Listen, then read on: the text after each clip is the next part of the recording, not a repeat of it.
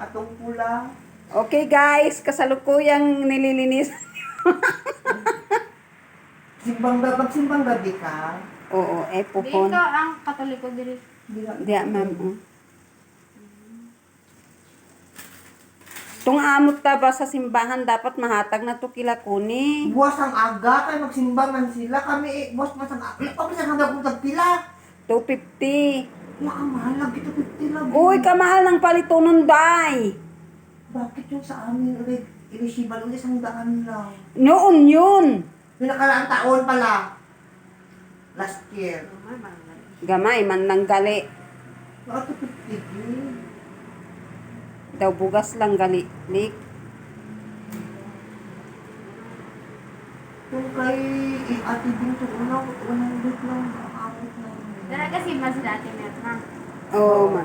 Ay amo gali. Siya katulik ang mga anak niya asimple.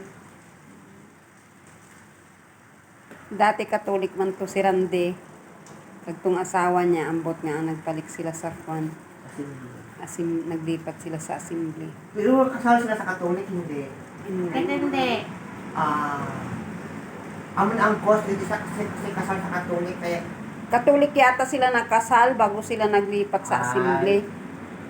kaya hindi pa sila makapungon yun. Hindi pa sila makaano kung ano. Makaabot sa mga bunyag. Ano na. Hindi sila kasal.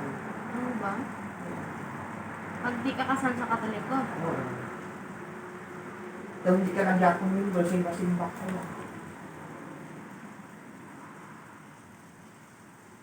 Pila sweldo ko dire, Lek. Lek! Bis ka na isa lang kakok nagtong gamay. Kapoy mag-uyat dire. Ano oy tapos na. Tapos sa tama na, nakakahaba na.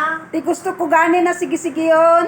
Ng mga panang sobrang 1 minute. Balaan mo nagiganahan ko, oh.